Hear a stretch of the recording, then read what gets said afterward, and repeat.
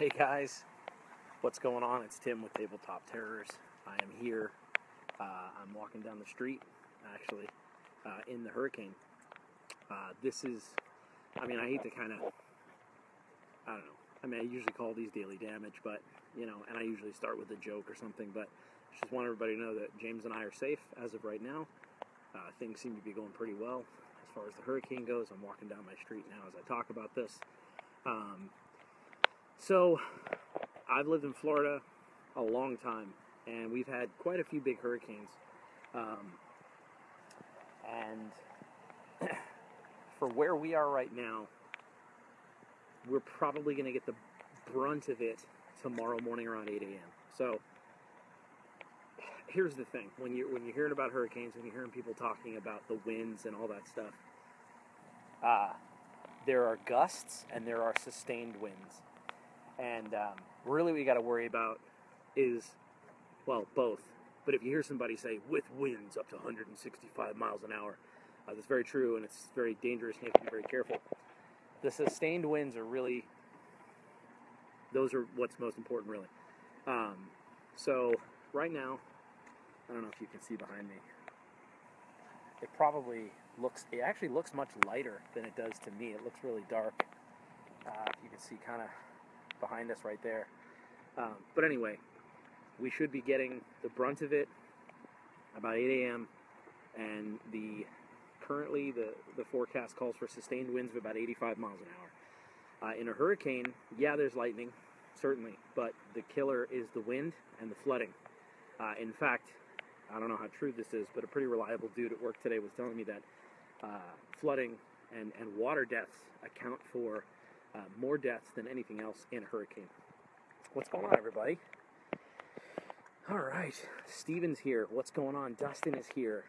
Rob Coletta's here. Garth, Matthew Knapp, Carl Boathouse. What's going on, everybody? Listen, I think we're in pretty good shape. We're looking pretty good. The house is... We didn't board anything up, honestly. We should be pretty good. I'm going to do that thing where I flip the camera. Now, it pauses for a second, so I'm going to hang on. So, this is where I live. This is my house. That's my truck. And that's my wife's car. So, we live in this townhouse here. And so, if you see there's a corridor in between the two townhouses, and there's some trees right here. But if you come to the back, what I'm hoping for as we kind of walk through here is, wow, I don't know if you can see how, it's really mushy. Already it's starting to flood in here, and that's not great because it's only been raining for a couple hours. So back here in the back of my house, I don't know if you can see this, that's where I dumped out my daughter's sandbox. This is where I'm always grilling. But right through here is the back window and our back patio and kind of over there. So I'm hoping that this corridor of houses right here kind of keeps us safe right in here. So I don't know, I'm going to flip it again so it's going to pause. All right, we're back. So anyway, yeah, it's going to be interesting. Like I said, sustained winds. There's two major groups of people when there's a hurricane. There's the group who are directly affected, and I mean directly affected. If they're not evacuated, life-threatening, life-altering damage to your home, damage to your body, physical harm. Then there's the category of people who are, I don't want to downplay it, but if you're not directly damaged by a hurricane, it's more of an inconvenience. And so really you hope you fall on the side of the inconvenience. What do I mean by that? Well, first world problems. One of the main things that happens during a hurricane is power outages. So you have to stock up on water. You need about 2 gallons of water a day per adult, and you need about a week's worth of water. And so what really happens is power goes out, and that means that the power at the water treatment plant goes out, which means that the water isn't being refined and cleaned, which means that the water has a boil alert. Well, you can't boil water if your power is out and you have an electric stove. So That's one of the main things, is power being out. Also, to any who have lived in Florida, been near Florida, it's awful in the summer. If you don't have air, it's almost impossible to get a decent night's sleep. It's pretty abominable. Oh, there's a piece of water off the lens there. Let's check the chat. Steven says, 80-mile-an-hour sustained winds, insane, dude. Keep safe. Will. Rob Coletta says, the calm before the storm. It really is. In fact, if you look at you can check out any website right now, and you'll see it comes in these bands, and a really dangerous hurricane usually looks like a buzzsaw, and the eye is in the middle, and it's got these sort of bands, the classic hurricane symbol, and we're in between bands right now. So we just have nothing but a little light rain. We haven't even gotten much of the wind yet. So, in fact, I think one of the most dangerous things about a storm is that deceptive calm before the storm. People thinking that, it's not that bad, we'll ride it out. We've been told multiple times by the governor, we've been told multiple times by Seminole County, that's where we live, the fire chief, the sheriff, that this is a life-taking storm if you're in the wrong place and if you're unprepared.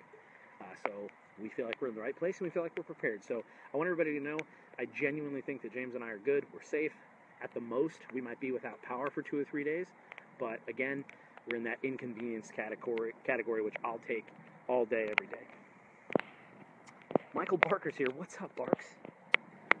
Barker says, fight the storm with your fist. I will. You know who's coming back? That tornado. That tornado that tried to take you out of the sky when you were flying over Texas to Florida. Wreck 'em. I love this rain hair I got right now. I've got like this pompadour. I could slick it down. Look at me. Uh-oh. I think I just went auto Hitler. I'm like... Garth says, hey, just dropping by while I'm setting up and ready for work. Be safe. If it's anything like the typhoons we have swung through Taiwan recently, watch out for debris near vehicles and windows, and stay safe. In fact, I think in Taiwan they call hurricanes typhoons. Typhoons aren't always big waves. I could be wrong about that, but I think it's exactly what you just had. You guys had a pretty big one. We were actually tracking that. Yeah, we'll see. This should hit. It should hit landfall. It might have already, honestly. I've been trying to keep up, and I've been trying to get my house kind of in order. When it makes landfall, usually it slows down quite a bit. The problem with this hurricane is that it's riding the coast, and hurricanes usually pick up speed and power when they're over warm water. And this cowlick that just won't quit. And this one happens to be over warm water, unfortunately. Chad Nick joined. Steven says, there's never a high-level druid around when you need one. I know, man. Listen, I even saw it. Jeremy Crawford from Wizards of the Coast, his post was, I wish there was a spell we could cast to stop this hurricane from everybody. I almost made a tweet earlier today, and I thought, I really want to be careful how much I joke about this, because I understand it's life-threatening. But I was going to say that this is the best marketing ploy that Netflix has ever pulled to get everybody to binge-watch Luke Cage. Carl Bolthouse says, I am the storm. Love that quote. Yeah, man, we are the storm. And the leaf on the wind. Uh-oh. My screen's getting wet, so it's definitely getting challenging here. If I end let's see here.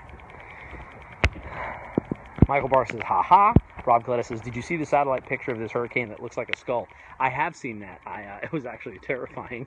I wasn't sure if it was photoshopped or not, but I certainly was like, oh, that's just horrific. Tyler joined. Whoa, did you guys see that flash of lightning? I don't know if you can see it here. I'm going to flip it again. I don't know if you can see how quickly those clouds are moving. It probably doesn't look like it on the camera, but those clouds are moving pretty quickly. And I don't know if you can see how dark it is over there. But yeah, I'm going to flip it again. It's going to pause.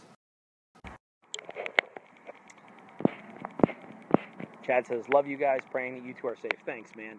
And I love you too, bro. And I really think we will be. I know that I told everybody I'd give them an update. I've gotten, that's not an exaggeration, I've probably gotten a dozen or so messages of people saying, hey, be safe. We want to just say we're thinking about you. So I just wanted to really do this and say, we're okay. Things seem good. I'll keep everybody posted. You guys are family. You're family. You're beyond friends. your family. And so I appreciate the thoughts, the concern. Really just wanted to make sure you guys knew we were okay, knew we were prepared, and that we're both at home safe. James is home with Cassie and his pets, and we're playing the waiting game. We do have an agreement with each other. Whoever loses power, if one of us does, the other one is going to their house. So it's about riding it out now for about the next 12 hours, really. Honestly, about another 12 hours, because the sustained winds are supposed to be from about 8 a.m. to about, last time I looked, it was like, oh, it's starting to pick up, 2 p.m., which means about 85 mile an hour winds. So we hope the windows don't break, and we make sure you have plenty of water, make sure you're in a place that you can get to that's dry, with some food there, stuff like that. Gart said, watch out for the bleak, man, I'm off.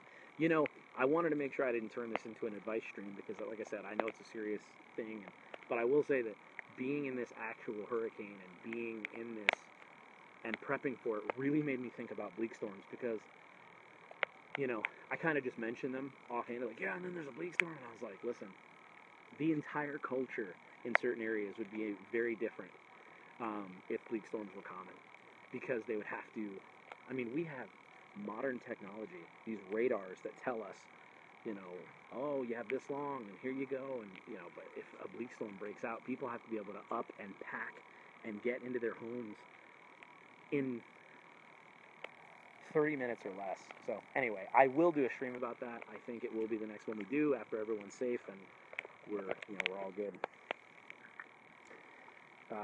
Steven said he was going to send a message. I'm glad we're okay. Byrne says, I wonder what you can garner from this experience for inspiration in the campaign. Just real life preparation, man. Real life effects, watching how people respond and react, watching how immediately how much more important food and water becomes, and how it's about worrying about your family first without crossing the line of being a bad citizen to someone else. You know, take only the water that you need, leaving the rest for others. And it's really interesting. Yeah, like there were gas stations out of gas. There were every supermarket that I knew of in a 10-mile radius was out of water, out of bread, and like basic supplies. Oh, rocking this too. I got some of these for the overnight. The bleak wrath cometh. That's what Chad says. Steven says, you got blankets over the windows? We do have blankets over the windows. We don't have boards, but we did. We nailed comforters to the inside of the house over the windows. That's so that if the glass does happen to break, it's caught. We have it nailed all the way around, so it's not going to keep the wind out. And yes, the blanket will probably blow off too, but it's going to save you from that initial blast of glass. Is really what you're trying to do, to buy yourself time to get into like a bathroom or something like that. John Getz is here. Steven says, in case they do break, glass doesn't fly all over. Exactly. Ethan says, hope you guys are safe. We are, man. Like I said, I'll keep everybody posted because you are family. Love you all. It's starting to rain a little harder. I really thought it was, for me, I didn't want to do this inside. I wanted to do this outside and, you know, show you guys kind of what we're dealing with. It seems very calm. I don't know if you can tell. I'm going to get closer to this light post. I'm not going to go for too much longer, but I want to get closer to this light post so that you can see the steady, gentle rain. And this is the slow killer, because this steady, gentle rain, here, I'm going to flip it again. I know the lighting isn't fantastic, so I don't know if you can see how it's starting to pool right here. And that doesn't seem like a big deal until this storm drain slowly fills up. I don't want my neighbors to be like, who's this guy in my yard? Can you see the rain? I don't know if you can because of that light, but I'm trying to get you guys to be able to see that sort of the rainfall here. I think that, there we go. I think you can see it like that. Anyway, that'll about do it. Love you all. Thank you for tuning in, because we just wanted to let you all know that we're safe. I'm in contact with James. I'm in contact with my whole family. Mom, Peggy. Some of you have asked about her. My mom and dad actually, they're safe, so don't worry about them. But anyway, the situation is looking quite bleak, says Tyler Hurst. Yes, it is. So now we're gonna have a little bit of a hurricane party. My wife and I bought some steaks, and I'm actually gonna pan fry them, cast iron skillet, Matt Click style. But yeah, we're gonna cook a bunch of food. We're gonna watch some movies. We're all camped out in the living room, which is gonna be kind of fun, and we're making it fun, and we're trying to explain the whole situation to my daughter. And anyway, love you all. Thank you for caring. Thank you for tuning in and for checking on us, and we'll keep you posted through the Facebook. So until the storm has passed, be safe and may your dice roll high.